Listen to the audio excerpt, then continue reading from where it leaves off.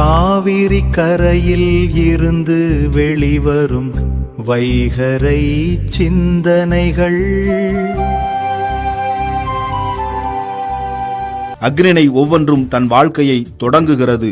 மனிதன் மட்டும்தான் முந்தைய தலைமுறையிலிருந்து தொடர்கிறான். இதற்கு ஒரே ஒரு காரணம்தான் இருக்கிறது. வரலாறாகவும் இலக்கியமாகவும் நமது முந்தைய தலைமுறையின் நகர்வுகள் எழுத்துக்களாய் நமக்கு கிடைத்ததே ஆகும்.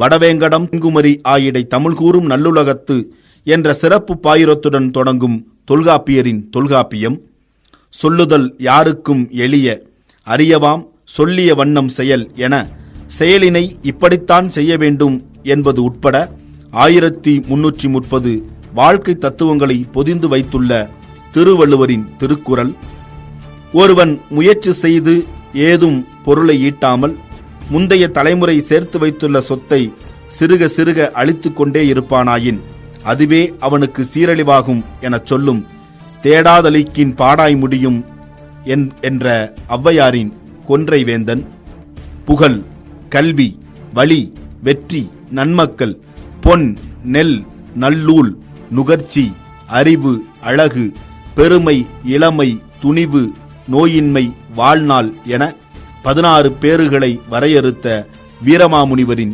சதுரகராதி.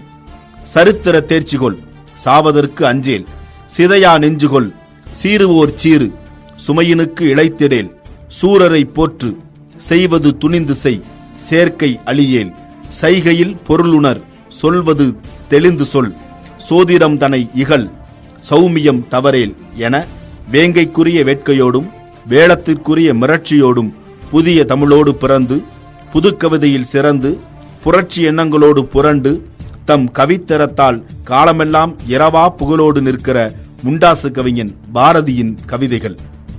அறிவை விரிவிசை அகண்டமாக்கு, விசால பார்வையால் விழுங்கு மக்களை, அணைந்துகொள் உனை சங்கமமாக்கு, மானிடச் சமுத்திரம் நான் என்று கூவு என புரட்சி கவிஞர் பாரதிதாசனின் நெருப்பு கவிதைகள்.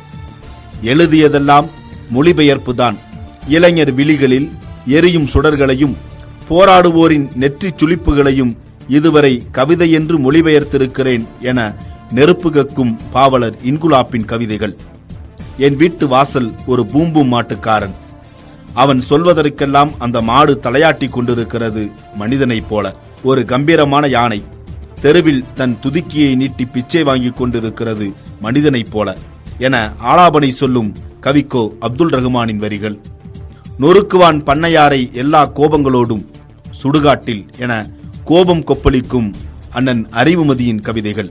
வரலாறாகவும் இலக்கியமாகவும் நமது மொழியின் படைப்புகள், அறிவுரைகள், அறச்சினங்கள், பதிவுகள் நமக்கு கிடைத்திருப்பது பெரும் பேறுதானே. அதனால்தான் அக்ரிணை தன் வாழ்க்கையை தொடங்குகிறது. மனிதன் முந்தைய தலைமுறையிலிருந்து தொடர்கிறான்.